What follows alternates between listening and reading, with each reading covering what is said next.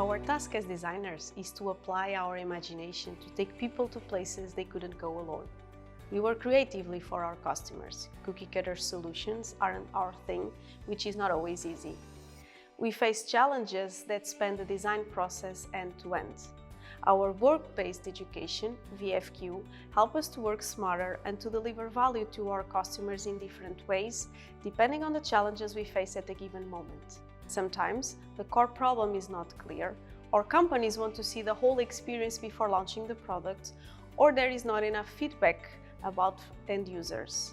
We have found ways to overcome these challenges in creative and smart ways.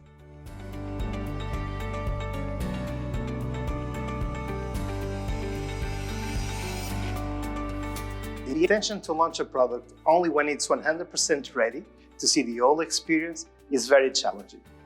Therefore, we rely on a number of VFQ approaches, techniques, and principles to help.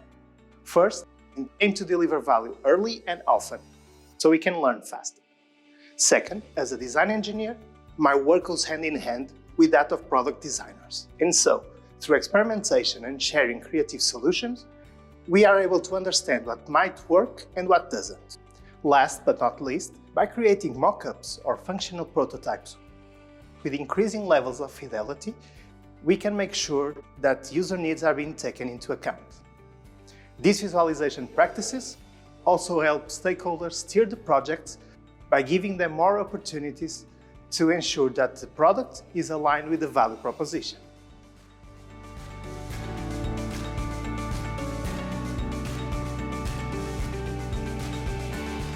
When we start a new project, we often need to help our clients understand what the critical problem is and the best way to approach it.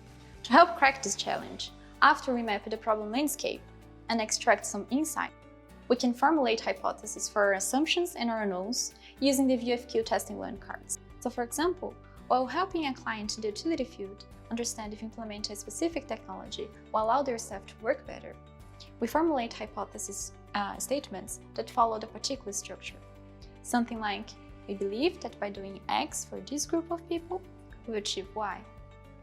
We can then run some experiments on different concept ideas and collect the information we need to validate or disprove this hypothesis. These experiments can provide the teams with the learnings to inform our decisions and actions moving forward.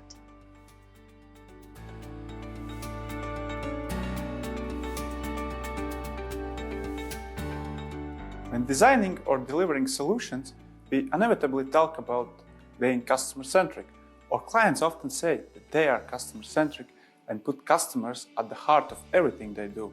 But do they, or do we, and what does this really mean? In order for ideas to have the greatest chances of success at the market, it is important to collect feedback on whether you are building the right thing. Feedback from users or customers can never be a one-off.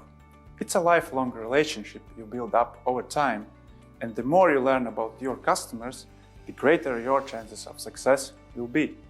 My advice is, get out of the building and speak to the customers yourself, with your clients, on a regular basis. Don't let someone else do it for you. Own the relationship with them, be their voice, and only then you will be able to say you are creating products that they truly love.